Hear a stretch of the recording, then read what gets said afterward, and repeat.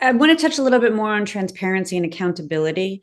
There have been some, you know, executive sessions that Good Morning Milton has questioned as to why they're in executive session.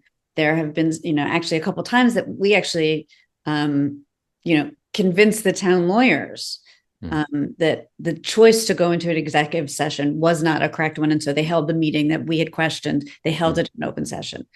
Do you think that there needs to be some step up in the amount of accountability and transparency for residents, for the rest of the Board of Selectmen? What's your take on how that has gone and what you would do differently or would want to see if you're on the board? Yeah, the board, and obviously this is I'm running for a board of selectmen role here, so I don't want to wade too far into other boards. The planning and zoning is where I believe we are more need for transparency, and certainly our candidates there have made that part of their platform. So if I had to say where we need it, I think that's an area where we definitely could use more in-person meetings, earlier public commentary. And it does feed a little bit into, to some degree, the view of the Board of Selectmen. One of the reasons I'm running is for, is to think about the long-term development of the town. That's more the visionary part of it, right? The operational side, there's the more visionary side.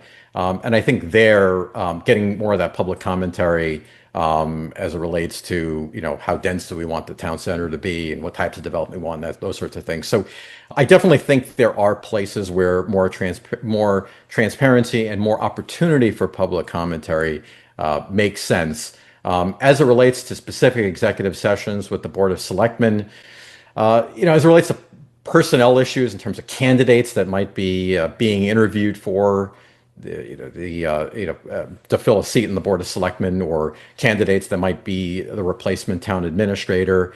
I think there's a place for some degree of executive session in that, just as names are thrown out there and ideas are thrown out there. These do involve individual people.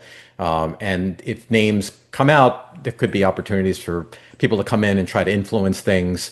And so my view is that there is a place for that. Now, when it comes to things like, Ambler Farm lease and some other decisions for the town, perhaps there could be cases where it should be open to the public. I think the premise that the selectman needs to come from is that it is a public sector role. You are there to serve the people. And unless there is a specific reason that you've identified for why getting that public disclosure, getting that potential public input could contaminate the process, could skew the process, could harm the process, the presumption should be that it should be out there in the open. So I'll leave it at that in terms of my view of transparency.